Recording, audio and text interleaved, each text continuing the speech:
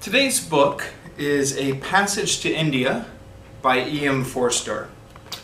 I'm going to give a little bit of background first. I first heard of this book, heard of it. It's a famous title, isn't it? It's one of those titles everybody has heard of. But like most people, I just kind of heard of the title, I didn't know anything about it. Until I stumbled upon the movie. While browsing the library, I was looking for something to rent that night, and stumbled across it and kind of looked at it, and it looked interesting.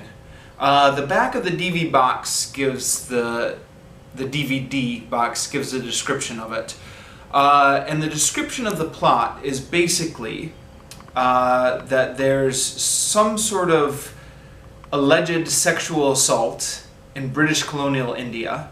And there's a trial about it with racial tensions surrounding this trial. And I thought, well, this is the plot of To Kill a Mockingbird, only in colonial India. And I thought, well, I love To Kill a Mockingbird. And I thought, I'm interested in history and colonialism in India. I thought, this could be quite interesting. And I rented it, borrowed it in the library. And I hated it. The movie was just really boring. But that's the movie. I thought, just because the movie sucks doesn't mean the book will suck. It's probably just a failure of adaptation or something. So I was still optimistic about the book. Added to that, I had a few people recommend the book to me. They said, yeah, just because you didn't like the movie, don't give up on the book. The book itself is actually quite good. So I said, okay, I will read it someday. And I've got a long list of books I'm going to read someday. So like I didn't get around to it for ages. This was back in 2010 that I watched that movie, which is just as well. Better to let a few years go by. So like the movie fades into the background of your brain a little bit, and you can approach the book kind of relatively fresh. The other thing that attracted me to this book, which brought this book to my attention, is a couple of years ago I read Burmese Days by George Orwell and absolutely loved it. I was living in Cambodia at the time, in Phnom Penh, capital city of Cambodia, and I thought Orwell's description of how the expat community looked down on the native Burmese was exactly the same as the way the expat community in Phnom Penh looks down at the native Cambodians. And I thought, wow, it's amazing how little changes in 100 years or however long it's been. I think Orwell published Burmese Days in the 1930s, but it was based on his experience in the 1920s. And one of the things that I came across when I was kind of reading up on Burmese Days is Orwell was heavily influenced by A Passage to India when he wrote Burmese Days. Passage to India came out in 1924, Burmese Days, I forget, 1930 something. So this one had come out first. So I thought, okay, now I'm really going to have to read A Passage to India. So it was on my list of books to get around with for some time now, and that experience with Burmese Days kind of pushed it up at the top, I think. And I've got this book club we've got going. And we had just finished the last book, and we were looking for books to read, and I said, what about A Passage to India? I hear that's quite interesting. Nobody else in the group knew anything about it. I mean, they were like me before. They had heard the title, they knew it was a classic, nobody knew anything about it. Nobody was opposed to it, because they didn't know anything about it, so they couldn't be opposed to it. Nobody was really enthusiastic, but there weren't a lot of other suggestions being put forward, and I kind of maybe passively, aggressively pushed it. I said, I hear it's a really good book, it should be interesting, and I thought, I've left Phnom Penh now, by the way. I'm living in Saigon in Vietnam, but it's still an expat community, and the book club is made up of other expats. So I said, this is a book about an expat community, and fine. We're an expat community, and it should be interesting. We can get some good discussion out of it. And so I persuaded them to go along with it. A copy I have here, you can see, is it unfortunately wasn't in the bookstores in Saigon. So a friend's torrented a PDF, and I brought them to a print shop and had them printed out. I would totally have given my money to the publisher if it had been available. Ian Forster's long dead anyways. So, right. So that's why we read the book. Unfortunately, or whatever, this book did not retain readers at our book club. We started off with like 15 people, I think, who were on the book club, and people just dropped like flies. People did not really like this book.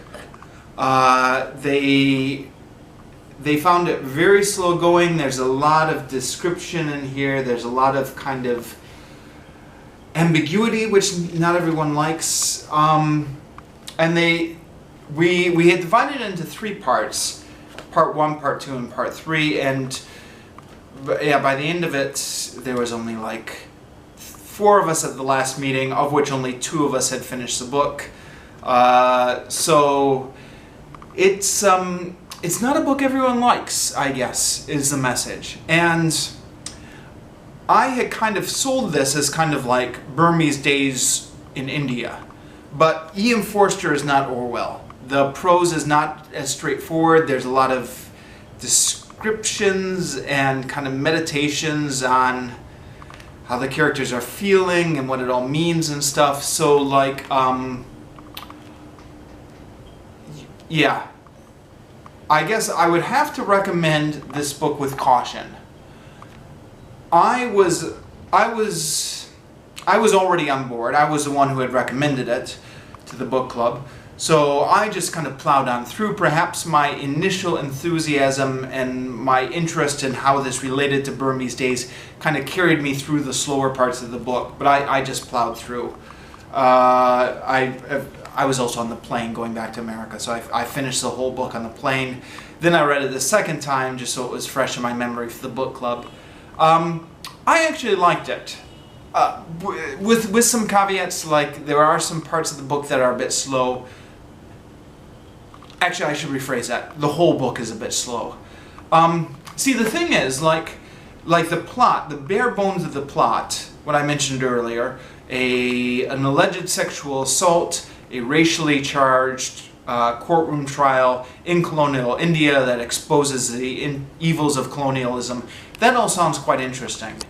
And that, you know, if you had to summarize the plot in like 1 paragraph, that's how you'd summarize it. But like, it's one of those books where the point really isn't the plot. You get all the way through Part 1 and the plot really hasn't kicked off yet. Part 2, the plot kicks off, but then it climaxes way too early, and then the second half of Part 2 and all of Part 3, it's just kind of meandering. Like there's no the actual events of the book, the kind of courtroom trial, just kind of take place in the middle of Part 2. Then the courtroom trial gets resolved, and then you're just kind of left with these characters and their feelings. And Part 1, you're just kind of left with these characters and their feelings. So I think that's what turned people off with the book. They were looking for a plot, and there's not much of a plot here. Now, Forster writes a lot about colonialism, and that's interesting. And it's maybe especially interesting, like when you consider when this book was written, because it was written in 1924. And like India didn't get her independence from England until like 1947. So, you know, this book is like 23 years ahead of its time, or maybe a product of its time, because the agitation for independence was in full throttle then. So, like, you can imagine the impact this had on its audience, and in fact, according to Wikipedia, this book was very popular in England and in the United States. It's also notable because it takes on the racism question kind of full on. And my understanding is in that the U.S., we had the odd book here and there which would address racism, but it didn't really become a mainstream issue until the 1960s, when like everybody was talking about it. Before the 1960s, I don't think everybody was talking about it. So it's interesting that this book, all the way in the 1920s, takes it on. Again, not that it was unheard of. You can find other books, but you can also find, if you look into this, you can find plenty of books on the other side. Some of which I've read. I mean, The Insidious Dr. Fu Manchu is an overtly racist book, published I think in the 1910s, but the series continued. There's a whole series of these books through the 1920s and 30s and 40s maybe. The Conan the Barbarian series has lots of tinges of racism in it, which was published in the 1930s. So like I think in some ways this book was maybe kind of going against the tide by saying, no, look, it's ridiculous to say that these brown-skinned people are any different than we are. And any different than we are. Actually, maybe I should rephrase that, because there is Orientalism going on in this book. E.M. Forster does think that the mindsets of Indians are different than we are. I guess what he rejects is the notion that actually, maybe I should be careful about this before I kind of stumble into something that I'm going to get wrong. There is throughout the book, one of the themes is a different mindset between the Indians and the white people, the English. And Forster proclaims to know what's going on in the minds of the Indians in a way that maybe makes us a little bit uncomfortable now from 2017, because I think maybe the attitude now is, well, who are you to say? Like, who is some white Englishman to know what goes on in the heads of the Indians? But on the other hand, there are cultural differences maybe in mindset between how different cultures view things, and I don't think that's controversial to say.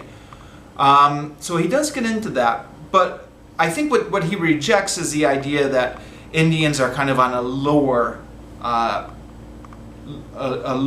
plane than the English people are.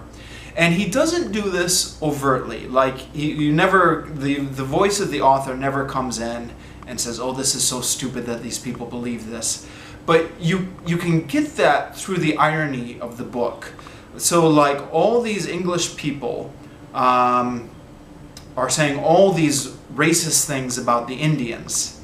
And you know it's ridiculous because through the book, Forster is actually showing you what the Indians are actually doing as contrasted with the way that the English people view them. So, they've got all these views like, you can't trust them, or... I mean, I think there's one stage right at the trial where the police superintendent is a courtroom trial and he's trying to make his case, and he just... The way the narrator says it is he just couldn't resist adding his little take on the Oriental mind because he had an attentive audience and this was his favorite subject. And he says, it's a well-known fact that brown people are attracted to white people, but white people aren't attracted to brown people. It's just a fact. It's uncontroversial. Everyone knows it. It's a scientific fact. And the narrator never comes in and says, now, of course, this is not a fact. Everyone knows it's ridiculous. But the reader knows it's ridiculous. In part because we have, through the narrator, we have access to the minds of all the Indians, so we know they're not all kind of, crazy about white people the way the superintendent says it is. And we've also kind of seen it throughout the story. And by the end of the story, spoilers, we find out that the superintendent is in an adulterous relationship, albeit with another white woman. So it's not a racial line that gets crossed, but he's a hypocrite sexually. He portrays himself as kind of having very kind of strict sexual standards, And by the end of the book, you find out he's a complete hypocrite. And yet, like, again, to compare this with other books at the time, you know, Fu Manchu or something like that, where they're saying like the Orientals has this obsession with white women or something like that. So he's ridiculing something which I think nowadays we kind of take it for granted. Like, of course these views are ridiculous, but you know, in the 1920s, I don't think, you know, all the way through maybe until the 1960s, you know, like this book isn't 40 years ahead of its time, really. So that's all quite interesting. If you're interested in kind of politics and sociology and that kind of stuff, history, colonialism. The thing is, it's not a bad thing, but it's one of those things, let the reader be warned ahead of time. That's only one of many themes that Forster is juggling in here. He's also juggling the theme of kind of like spiritualism, like how are we connected, I think, to the wider universe. He's juggling the theme about like what does it mean to be alive in an atheist age. And he's juggling kind of the conflicts about different spiritualities. Friendship is a major theme. Something I've read online is that there's an undercurrent of homoeroticism between the characters of Fielding and Aziz.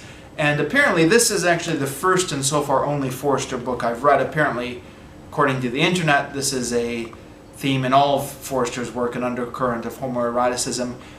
You don't have to read it that way. You could read it as a platonic friendship between these two people, but you definitely could also read it as with a homoeroticism view. And there's also just a lot of descriptions and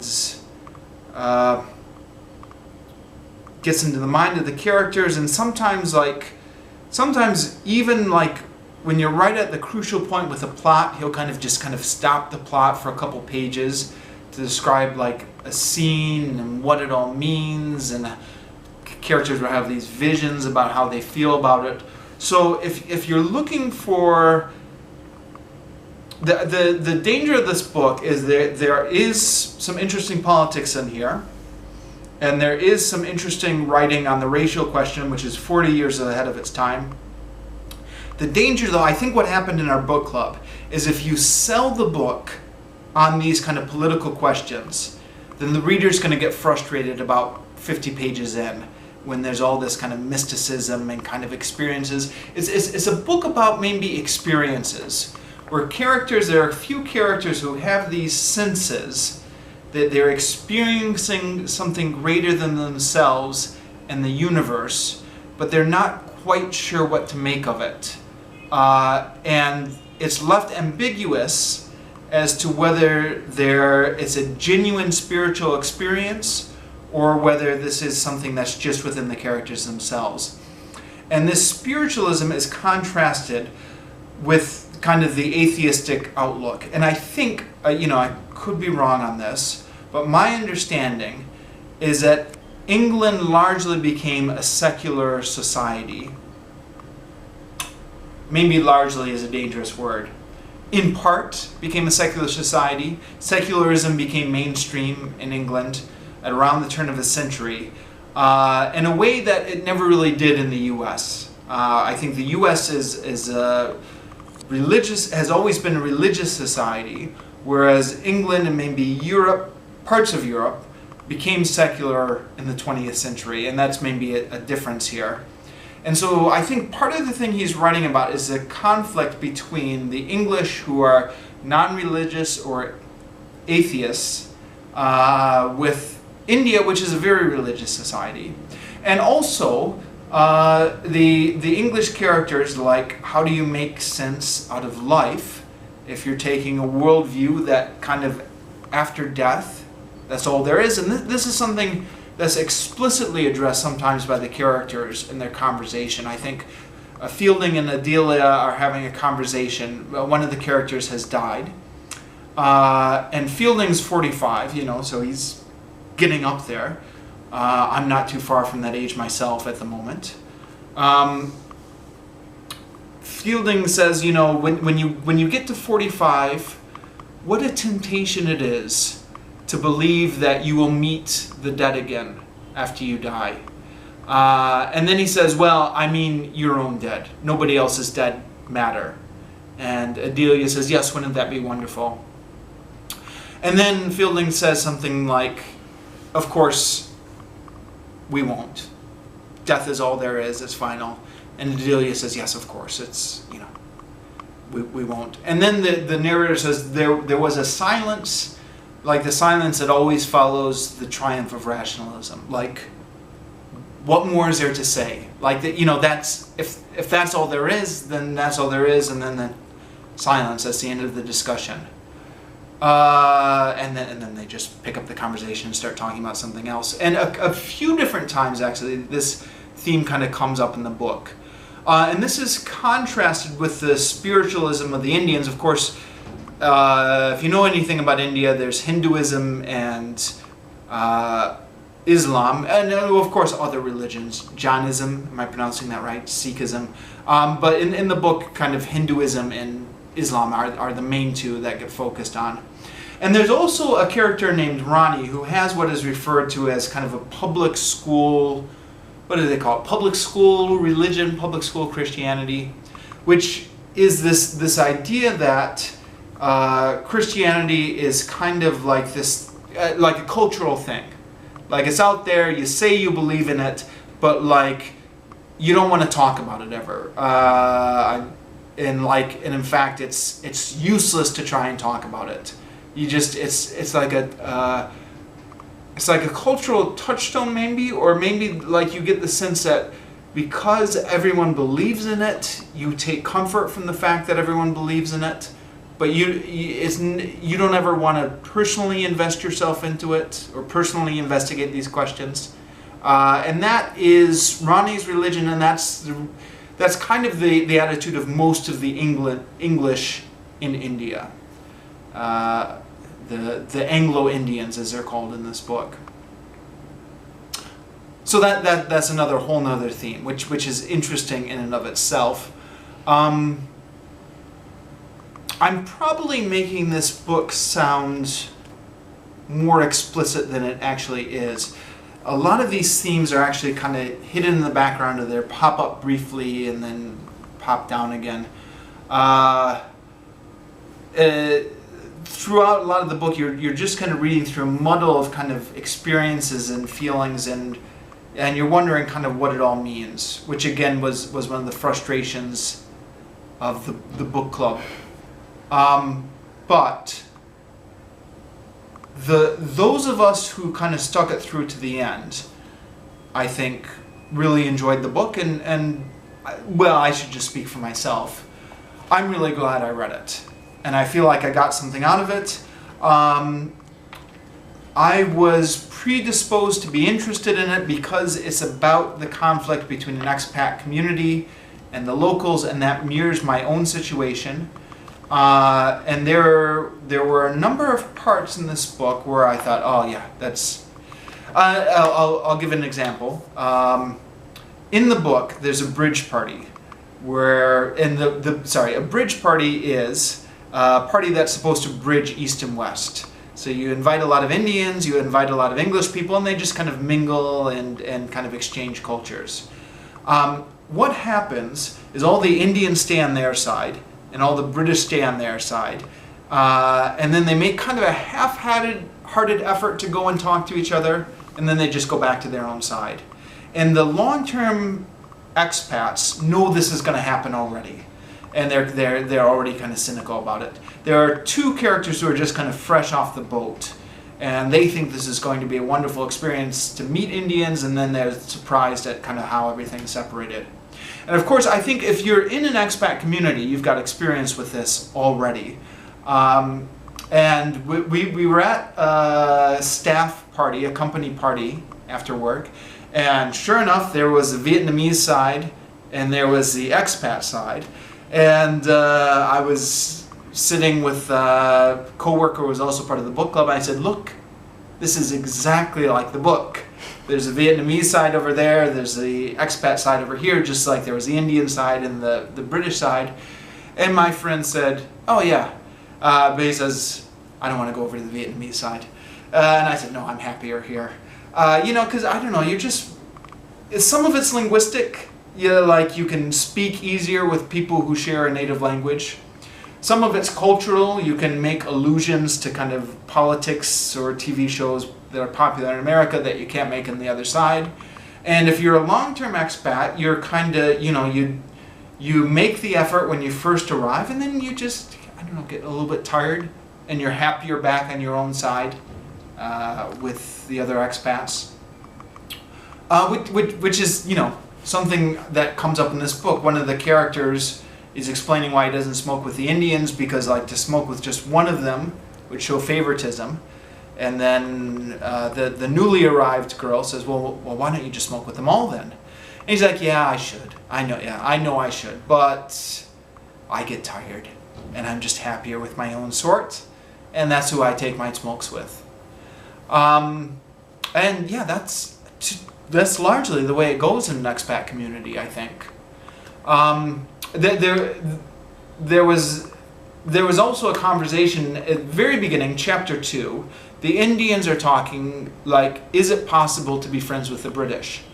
And they come to the conclusion that no, it's not. Or like, maybe if you're in England, the British will be friends with you, but they'll never be friends with you here in India.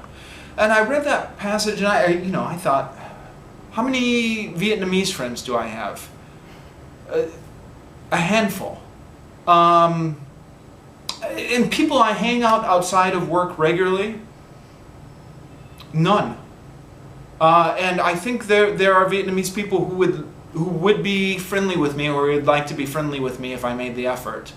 I kind of thought, oh yeah, this, you know, maybe this is the expatriate condition. You know, I'll be honest, I felt a bit guilty reading that passage. Like, should make more of an effort to invite Vietnamese people out more. I probably should actually, and maybe I will as a result of reading this book. I'll try to be better at this in the future. So that, again, those are some of the themes of the book. There's a lot of themes in here. I got a PDF. I found a PDF online. You can find this yourself if you just search Passages of India PDF. It's by University of Maryland or something that goes through and explains all the themes. And as it turns out, reading this, there are just tons of themes in this book. A lot of it I didn't even realize when I was reading it. Just went right over my head. But those are so like, if you want the complete version, all the themes in this book, search that study guide or something like that. I have even touched on half the stuff they touch on in there. But those are some of the things that struck me when I was reading it. So, to summarize, cautious recommendation, be ready for like a lot of description, a lot of digressions, a lot of kind of ambiguity and kind of spiritual experiences that might mean something or might not mean something in this book. But I'm glad I read it, and I give it a cautious recommendation.